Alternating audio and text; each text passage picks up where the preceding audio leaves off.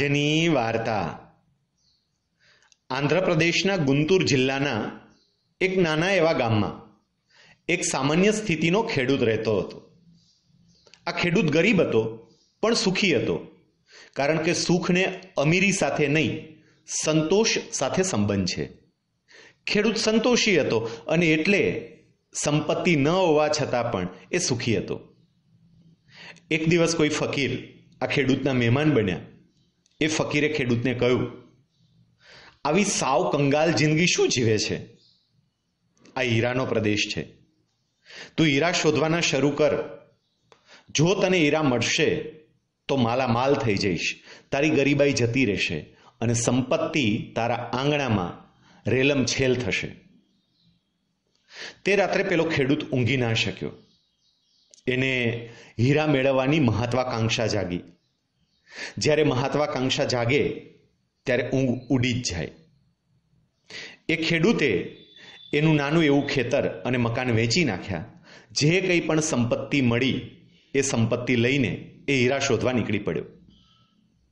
અમુક સમય પછી હીરા તો ના મળ્યા, પાસેનું ધન પણ ખલાસ થઈ ગયું અને એ ખેડૂત એક સામાન્ય ભિખારીની જેમ મૃત્યુ પામ્યો. અમુક વર્ષો બાદ પેલા ફકીર ફરીથી આ ગામમાં આવ્યા અને એ પેલા ખેડૂતના ઘેર ગયા. ફકીરને એમ હતું કે ખેડૂતને ત્યાં હવે તો મોટો બંગલો હશે, પરંતુ ત્યાં એ જ પરિસ્થિતિનું મકાન જોઈને ફકીર નવાઈ પામ્યા. ત્યાં કોઈ નવો માલિક રહેતો હતો. એણે ફકીરને બધી વાત કરી કે એ ખેડૂત તો ઘણા વર્ષો પહેલા આ મકાન મને વેચી અને જતો રહ્યો છે, અને સમાચાર તો એવા છે કે હવે તો એ મૃત્યુ પણ પામ્યો છે.